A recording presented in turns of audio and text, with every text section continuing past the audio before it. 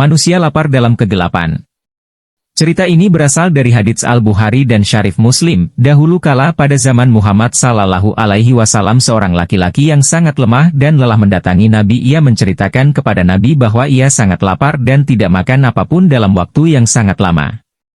Nabi tidak membawa makanan apapun, jadi dia menyuruh seseorang untuk memberitahu salah satu istrinya, tetapi istrinya mengatakan bahwa mereka tidak punya apa-apa kecuali air lagi. Nabi Sallallahu Alaihi Wasallam mengirim pesan kepada istrinya yang lain, tetapi istrinya juga mengatakan hal yang sama.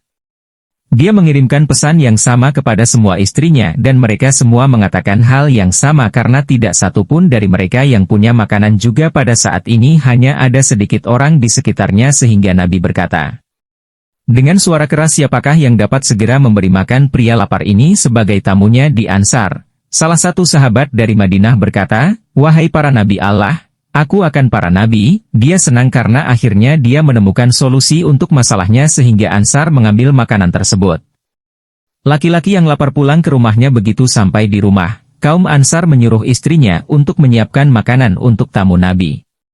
Istrinya mengatakan kepadanya bahwa mereka tidak punya apa-apa kecuali hanya sedikit makanan untuk anak-anak suaminya. Kata orang Ansar menyibukkan anak-anak dengan sesuatu dan ketika mereka meminta makanan, menidurkannya saja. Ketika akhirnya tiba waktunya makan, awalnya mereka khawatir karena makanan yang ada hanya sedikit dan total mereka bertiga. Di sana saat itu si pria lapar, si Ansar dan istrinya, mereka ingin memberikan makanan kepada tamunya namun tidak ingin dia merasa tidak enak, maka sang istri segera mematikan lampu dan memberikan makanannya kepada pria lapar tersebut di dalam kegelapan, padahal hanya laki-laki yang lapar adalah satu-satunya yang makan untuk memastikan bahwa dia tidak mengetahui bahwa baik si Ansar maupun istrinya sedang berpura-pura makan bersamanya. Keesokan paginya ketika si Ansar mendatangi Nabi Sallallahu Alaihi Wasallam tersenyum dan berkata, Allah mengetahui dan mencintai apa yang kamu lakukan kemarin untuk tamumu tadi malam. Cerita ini menunjukkan kepada kita betapa pentingnya melayani tamu kita karena keberkahan dalam hidup kita hanya akan bertambah ketika kita memberi kepada orang lain, terutama kepada mereka yang membutuhkan. Dalam Al-Quran Allah ayat 9, siapapun